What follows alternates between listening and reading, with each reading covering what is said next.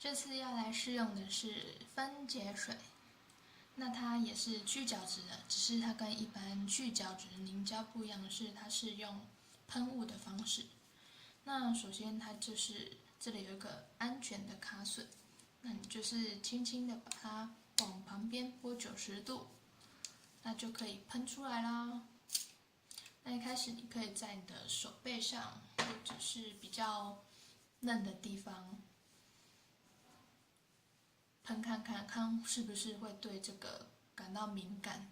那如果有红肿痒的情形之后，就不要继续使用咯。那你看看喷上去之后，轻轻的在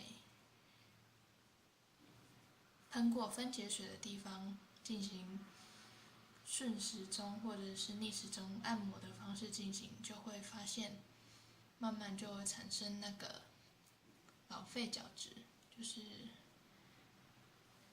让我们的皮肤看起来粗糙的主因啦。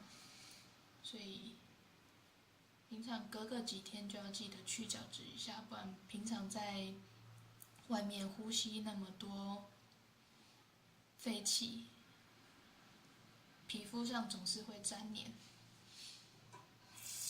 然后再轻轻的用温水洗净之后，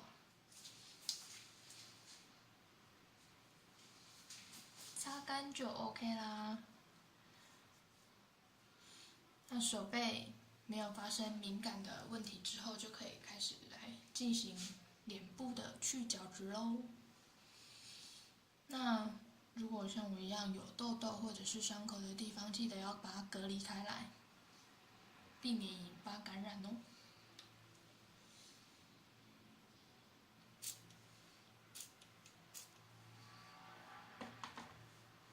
其实它香香的，那味道，不知道为什么还蛮像我家洗衣粉的味道，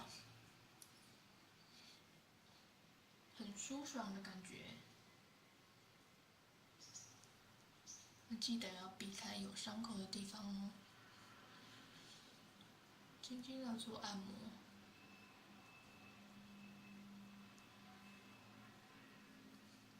待这些老废角质形成那个碎屑状的时候，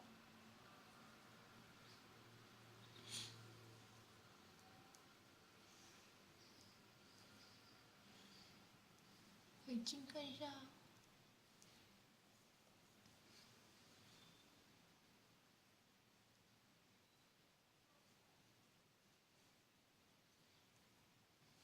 如果不够的话，可以再喷一点。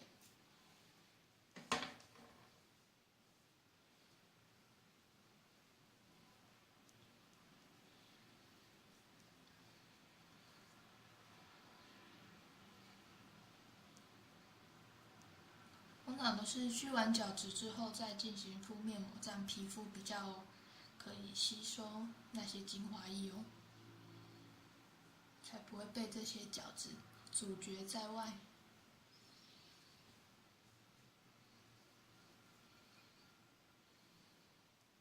其实它的碎屑不会很大，就是细细小小的这样子。那好了之后，就可以用水把它清洗。